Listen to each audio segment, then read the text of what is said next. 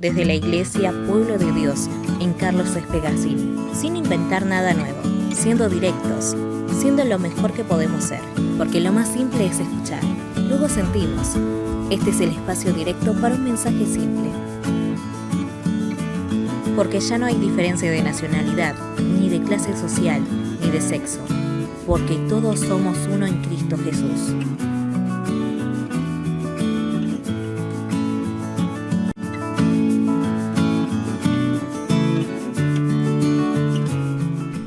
Estamos hablando en este tiempo acerca de los desafíos que nos propone esta circunstancia que estamos viviendo, esta pandemia, pero también entre muchas de las cosas que nos están pasando, también yo creo que no solamente nos plantea desafíos, sino que también nos sacude a todos en nuestra forma de vivir la fe, de cómo vivimos la fe.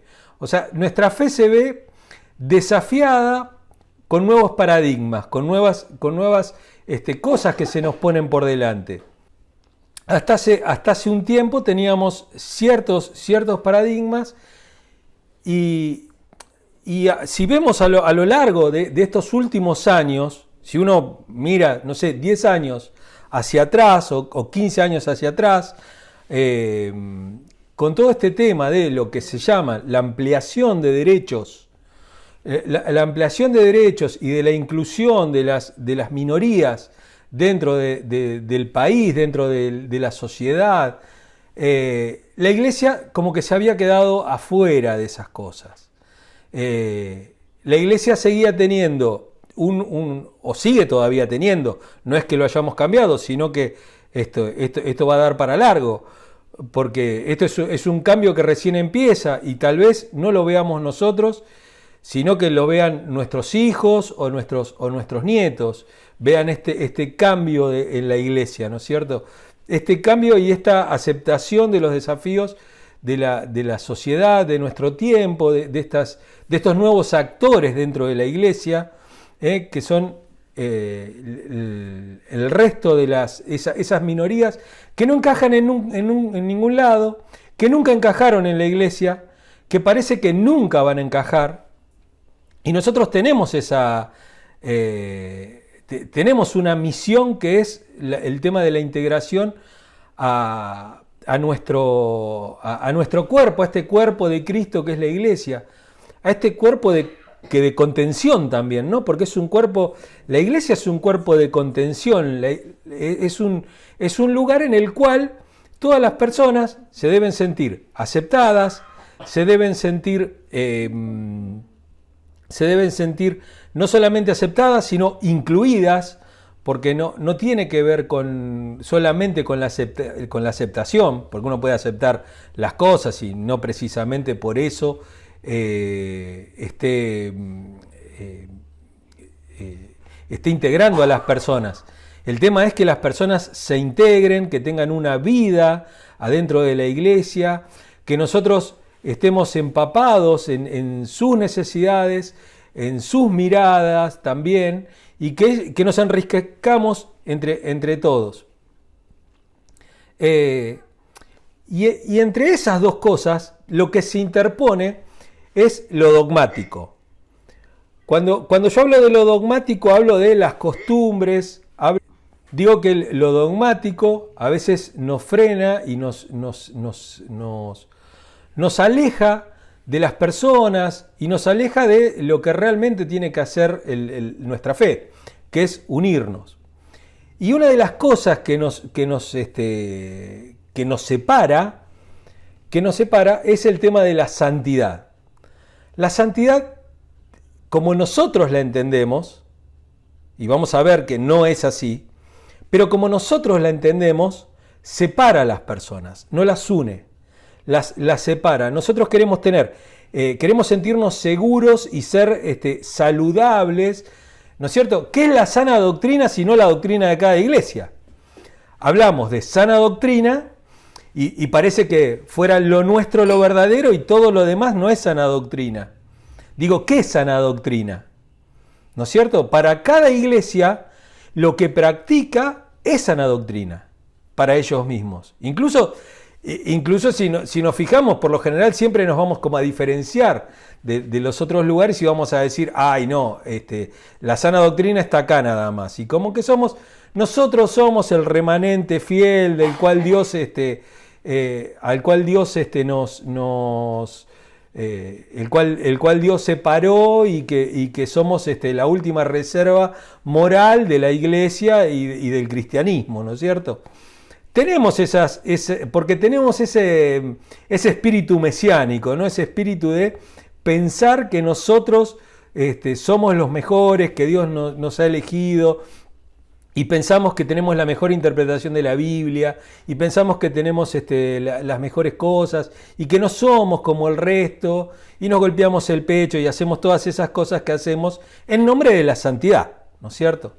Yo he estado en por lo menos 5 o 6 iglesias diferentes a lo largo de mi vida cristiana y todas tenían la sana doctrina y todos los demás estaban equivocados. Así que no sé, la verdad que no sé cuál es. Cada uno de nosotros, para nosotros la sana doctrina es la sana doctrina y todas esas cosas. Nosotros queremos la salud de nuestra gente, queremos tener la salud, queremos vivir una vida santa, agradable a Dios, y eso es totalmente comprensible y es loable, es para celebrarlo, ¿no es cierto? Pero ese deseo también tenemos que entender que está lleno de trampas, porque realmente nuestros sistemas de pureza, y cuando hablo de sistemas de pureza no hablo de algo que ha surgido ahora, sino que estoy hablando de algo que surgió con la religión misma. Estos sistemas de pureza que llamamos religión, estos sistemas, como puede haber sido el fariseísmo, como puede haber sido en su momento el pueblo judío y toda una casta sacerdotal, los descendientes de Aarón, esas personas que se centran en una vida de templo, una vida donde hay alguien en la puerta. Yo no lo llegué a vivir esto, pero mi esposa, por ejemplo, que es cristiana de chiquita, me contaba que aquellos que estaban en la puerta tenían más poder prácticamente que el pastor. Los porteros te retaban por todo. Hermana, sujete a la criatura. Hermana, salga afuera con el chico que llora. Hermana, no haga esto. Te fichaban como entraba, ¿viste? Parecía los patobicas de la puerta del boliche, ¿viste? Que dicen a quién puede entrar y quién no puede entrar. No, el VIP. Es así, o sea, me contaba de una iglesia, de la iglesia donde él iba cuando era más chico, y si iba una persona media morochita, media de un color, una iglesia eslava, ¿no es cierto? Imagínense, iba uno medio morochito y le decían, no, usted no va a encajar acá, búsquese otra iglesia. Y digo, fíjense cómo estos sistemas de pureza, estos sistemas hasta de castas, ¿no? Que es duro decir, el sistema de castas tiene la India, ¿no es cierto? Donde los ricos están en un nivel y los pobres están en otro nivel y no se cruzan. No hay cruces, uno no puede pretender subir de nivel, sino que cada uno se queda así. Bueno, estos sistemas religiosos y estos sistemas que están establecidos, aún con las mejores intenciones, no nos terminan haciendo santos, no son los que nos hacen santos, sino que solamente lo que hacen es crear reglas que indican qué personas pueden estar adentro y qué personas pueden estar afuera. ¿No es cierto? Nosotros pensamos que ciertos pecados son permitidos porque son menos visibles, porque son menos vergonzantes, vergonzosos, y hay otros que no, hay otros que son tremendos y que no se pueden escapar, pero digo, el chisme, el mal pensamiento, la borrachería, aún sea de puertas para adentro de nuestro hogar. Digo, los maltratos, todas ese tipo de cosas siguen siendo pecados y son pecados delante de Dios y que en algún punto rompen la comunión con Dios también. Y sin embargo, esos pecados están por encima de aquel que se droga, o aquel que es homosexual, o aquel que está divorciado, o aquel que o aquella madre que tiene una hija de soltero, o a la prostituta, o qué sé yo. Póngale la falla que usted quiera en la vida de la persona, con tal de que no pueda ingresar a la vida de iglesia y a esta vida, a este evangelio. Digo, cuando nosotros tenemos como lema viviendo el evangelio juntos, es juntos, pero es juntos con todos. No es juntos los poquitos que somos. Somos todos juntos. Porque está bien, somos una iglesia pequeña que tiene pocos miembros. Bárbaro. Pero eso es una circunstancia. Pero digo, ¿qué pasa si mañana tenemos que integrar a otras minorías? A esas personas que fueron, que son parte de esa ampliación de derechos. Que ya no son objetos de derecho, no es que reconocemos y aprobamos que existan. Eso no es una... No, sino que son sujetos de derecho. O sea, como personas, como seres, son personas de derecho y tienen todo el derecho no solamente de acercarse a Dios, sino de congregarse y de que los escuchemos y de que les podamos hablar. Y de emitir su punto de vista, de cómo cada uno ve a Dios. Porque miren qué pasaría si Juan diría, no, el punto de vista de Jesús es el que yo doy en mi evangelio. El de Marcos, el de Mateo y el de Lucas están equivocados. No, perdóname, dice Mateo, ¿no? Ahí levantándose, ahí con cara de pocos amigos. Y le dice, vos estás equivocado, acá el que está escribiendo un evangelio para los judíos soy yo. Yo tengo la aposta, la salvación viene de los judíos. O sea que el que tiene el evangelio perfecto es el mío. Y va a decir Marcos, no, pero pará, Jesús dijo a todas las naciones del mundo, esto es para todos, yo predico para todo el mundo, yo voy a los romanos, voy al imperio, voy a ampliar el rango en el cual se predica el evangelio. El mío es el auténtico. Y saldría Lucas y diría, no, miren, yo la verdad que tengo la aposta porque he agarrado todos los evangelios y he hecho uno solo.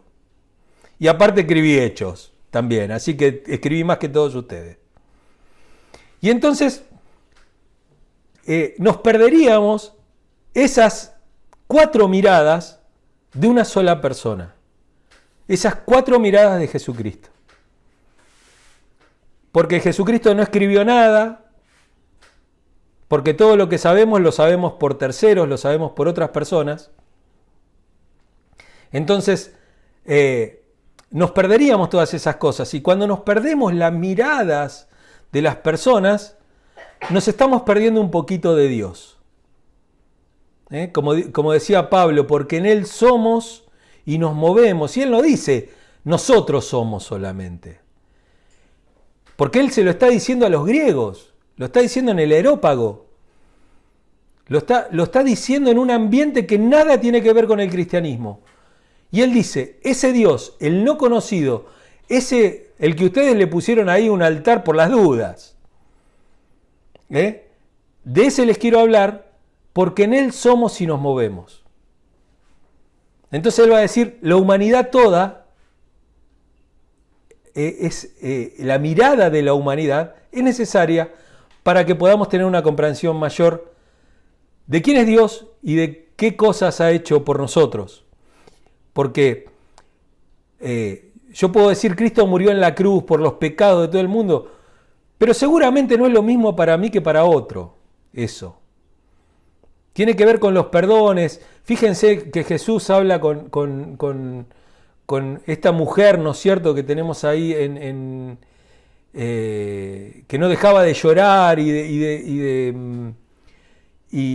de pasar sus cabellos por los pies de Jesús, ¿no es cierto? Y ahí vamos a ir ahora. Digo, vemos a esa mujer y dice Jesús, déjala, porque al que se le perdonó mucho, amó más. ¿No es cierto? Hay algunos que no, como que no tenemos en cuenta que Dios nos ha perdonado mucho y en algún momento, como uno siempre dice, empieza a pensar que Dios le debe algo a uno, ¿no es cierto? O que, bueno, está bien, pagó, pero tanto no le he costado. a aquel le ha costado más, ¿no es cierto? Pero Jesús dice, no, hay distintas miradas. Hay algunos que, bueno, amarán más porque se les ha perdonado más, o porque consideran que se les ha perdonado más. A todos se nos ha perdonado todo. Entonces, digo, este tema de las religiones lo que hace es meternos en estas reglas que nos dicen qué personas pueden estar adentro. Son mecanismos que nos traen a domicilio nuestra droga de elección, ¿no es cierto? La justicia propia. ¿No es cierto? Cada uno pone esas reglas, pone esa foto, ¿no es cierto?, frente a la iglesia, y cada uno que no se vea reflejado en esa foto no puede entrar, ¿no es cierto? Porque esa es nuestra propia justicia. Así trabaja nuestra propia justicia, ¿no es cierto? Nuestras ideologías políticas, en las redes sociales, ¿no? Esta cosa de redes, a ver cuántos me gusta tengo, a ver cuántas, esta cosa de pureza a veces nos lleva al orgullo o a la desesperación, ¿no? Pero nunca a la santidad, porque la santidad se trata de la unión y no de la separación de las cosas. Vemos a una persona que no ingresaría jamás en nuestra iglesia. Vemos a una persona que no podría liderar una iglesia, que no debería ser escuchado, que su vida no estaba tan... no estaba alineada con lo que la santidad de Dios exige, que no entró en aquel momento y no entraría ahora. Yo quiero que busquen quién es, y está en Marcos capítulo 14, a partir del versículo 1. Faltaban 2 días para la Pascua y para la fiesta de los panes sin levadura. Por medio de engaños, los principales sacerdotes y los escribas buscaban la manera de arrestar a Jesús para matarlo, pero decían, no lo haremos durante la fiesta para que no se alborote el pueblo. Mientras Jesús estaba en Betania, sentado a la mesa en la casa de Simón el leproso, llegó una mujer. Llevaba esta un vaso de alabastro con perfume de nardo puro que era muy costoso. Rompió el vaso de alabastro y derramó el perfume sobre la cabeza de Jesús. Algunos de los que allí estaban se enojaron internamente y dijeron, ¿por qué se ha desperdiciado así este perfume? Podría haberse vendido por más de 300 días de sueldo y ese dinero habérselo dado a los pobres. Y se enojaron mucho contra ella. Pero Jesús dijo, déjenla tranquila. ¿Por qué la molestan? Ella ha efectuado en mí una buena obra. A los pobres siempre los tendrán entre ustedes, y cuando quieran podrán hacer por ellos algo bueno. Pero a mí no siempre me tendrán. Esta mujer ha hecho lo que pudo. Se ha anticipado a ungir mi cuerpo para la sepultura. De cierto les digo que en cualquier parte del mundo donde este evangelio sea proclamado, también se contará lo que esta mujer ha hecho, y así será recordada. Acá tenemos a una persona que no entraría jamás en nuestra iglesia. A una persona que no daba con los cánones, que no da con la fotito que tenemos en la iglesia. Se llama Jesús.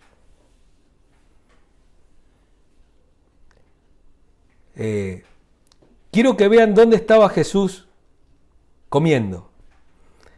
Decía que él estaba en Betania, en la casa de Simón, llamado el leproso. Alguien que estaba totalmente separado. No podría haber entrado en la sinagoga, no podría haber entrado en el templo, no podría haber ofrecido sacrificio. ¿Y quién se acerca a ese lugar, no? Una mujer. Otra estigma del momento, ¿no? Todos los hombres podían entrar al templo, iban al patio de los judíos en el templo. Pero las mujeres estaban en un patio aparte con los gentiles, o sea, no eran parte del pueblo.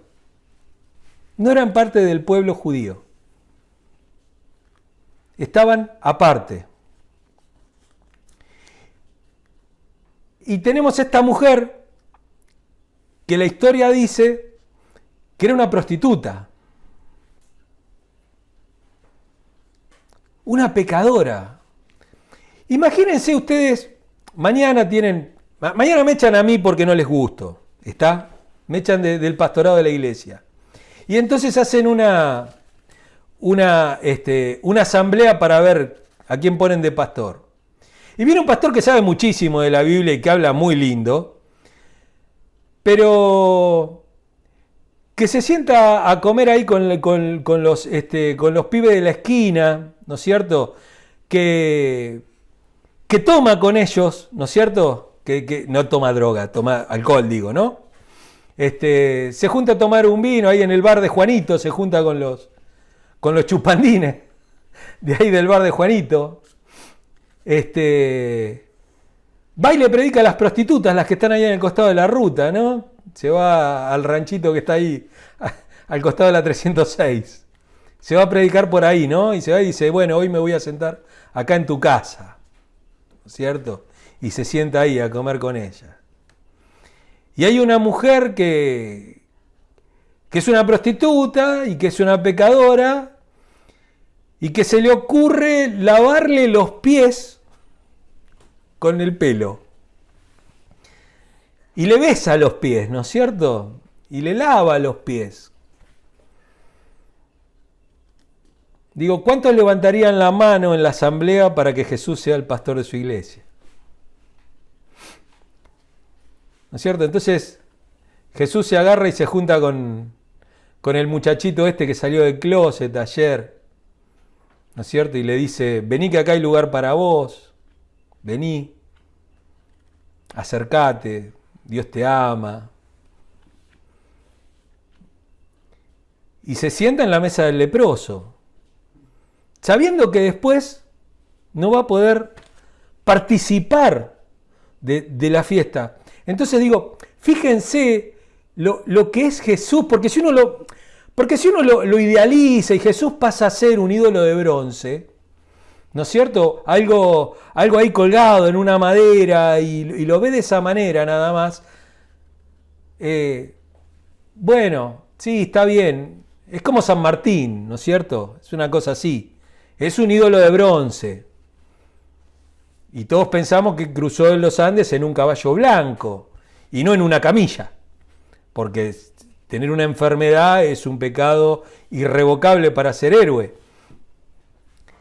Y juntarse, ¿no es cierto? Pero lo que vemos, sobre todo en el Evangelio de Marcos, y lo que vemos a lo largo de todos los evangelios, es que Jesús no es alguien de bronce, sino que es alguien de acción, es alguien que continuamente está haciendo cosas, y que está haciendo cosas que no encajan dentro de nuestra religión. Fíjense la mujer con el flujo de sangre, una mujer menstruando, porque es eso lo que es. Una mujer menstruando. Se deja tocar por ella. Perdón, pero quedó impuro. ¿Cómo hace después para ir al templo? Pero es el Hijo de Dios. ¿Cómo no va a poder ir al templo? ¿Qué no lo afectaba? No, lo que no lo afectaba era la religión, lo que los hombres ponen como reglas o como cánones de cómo debemos ser aquellos que participamos de la vida de fe o de la comunidad de fe. Se juntaba con discípulos que no se lavaban las manos.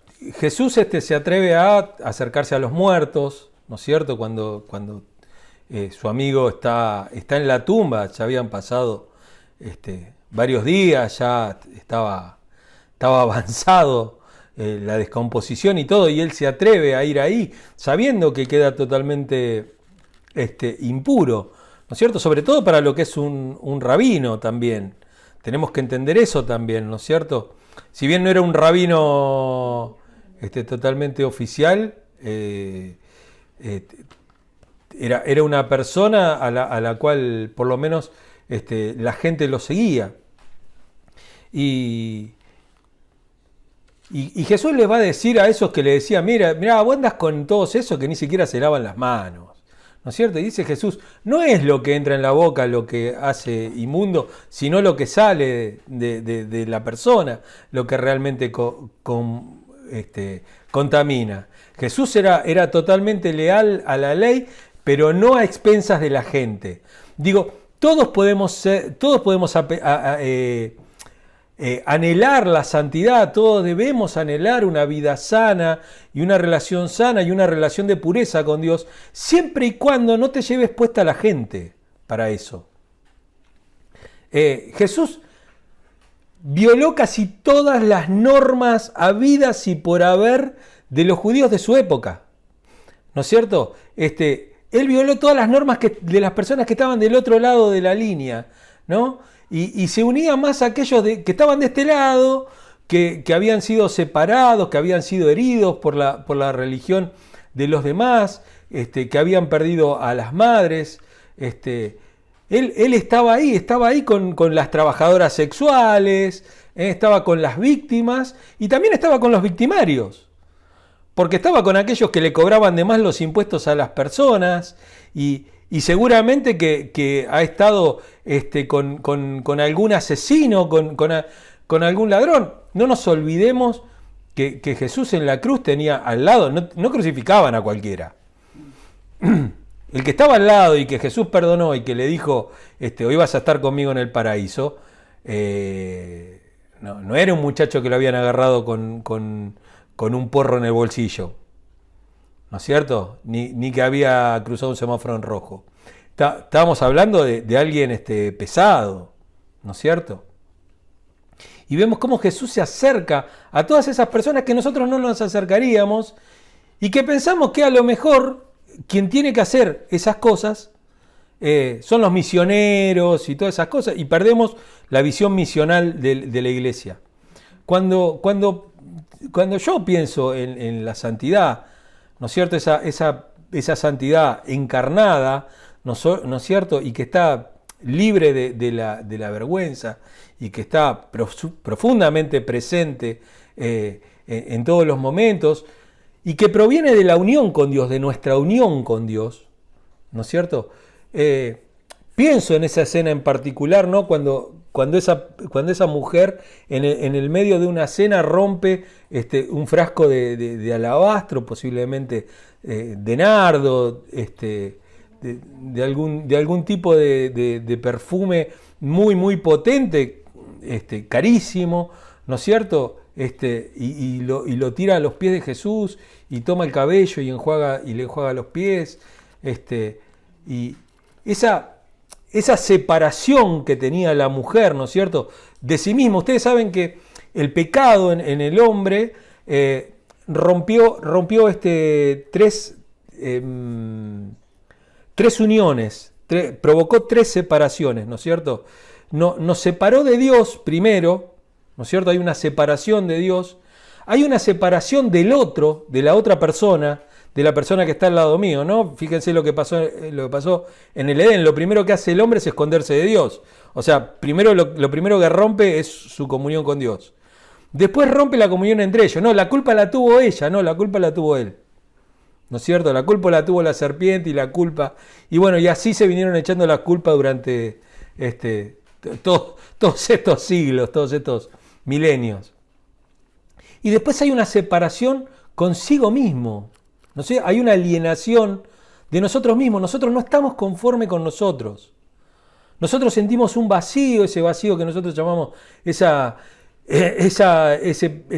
problema, ese dilema existencial que venimos arrastrando y que nada nos complace y que a veces lo que nos hace buscarlo en las drogas, en la bebida, incluso en el trabajo, en la familia o en forma en una forma desmedida, ¿no es cierto? En nuestras amistades, incluso en la religión. Uno lo busca ahí, lo busca como un ser ultra religioso y que le pone etiquetas a todo el mundo. Digo, esta separación que esta mujer sentía se alivia en ese momento. Se alivia en ese momento porque está teniendo comunión con Jesús, está teniendo comunión con Dios, ¿no es cierto? Ella está encontrando su su motivo de ser, su motivo de vivir. Encuentra en Jesús esa persona que la integra, esa persona que no solamente rompe la separación entre Dios y ella, sino que rompe la separación consigo mismo. Ella se puede sentir digna en ese momento. Esas son las cosas que hace Jesús con nosotros, ¿no es cierto? Y lo que hace la gente que estaba alrededor de ellos es lo que muchas veces hacemos nosotros, ¿no? Le dan la espalda a la verdadera santidad, a esa santidad que tiene que ver con la unión, ¿no es cierto?, a la unión con Dios, y a la intimidad que esa mujer está teniendo con Jesús, esa intimidad que va más allá de cualquier otro lazo, y en su lugar acusan a Jesús de impureza, ¿no es cierto? Si supieras la que te está tocando, si supieras las cosas que hace, vos que te juntás con esos que no se lavan las manos, vos que andás ahí entre los muertos, vos que te sentás a comer en la mesa de un leproso, vos que tocas 10 leprosos, estás loco. Vos que andás con todo eso, vos que te juntás con nuestros enemigos, con el centurión romano, vos que vas y le salvás al posible amante homosexual del centurión. Vos estás loco. Vos estás loco, vos sos un demente, vos estás fuera de todo lo que nosotros creemos, pensamos y para lo que nosotros es la santidad. Y así pensamos nosotros también. Hoy vamos a tener esta cena que comunión tiene que ver con comunidad, ¿no es cierto? Cuando hablamos de comunión, hablamos de la Santa Cena, hablamos de la cena del Señor. Y hablamos del Señor invitándonos a su mesa, no importa si somos leprosos, no importa nuestra inclinación sexual, no importa nuestro pensamiento político, no importa nuestra clase social, no importa si te drogaste, si tenés antecedentes penales, si tenés bien blanquito el prontuario, sino que tiene que ver con identificarte con la santidad de Cristo, con la santidad de Jesús, para que vos te identifiques y te unas a la santidad de Dios. Sed santos porque yo soy santo. No es una cuestión de imitación. No nos están diciendo, sed santos como yo soy santo. Porque sería una cuestión de imitarlo. Sería una cuestión de ser santos como Él es santo.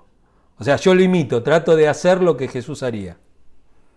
Él dice, sed santos porque yo soy santo y porque yo habito en ustedes y porque yo estoy con ustedes todos los días hasta el final del mundo.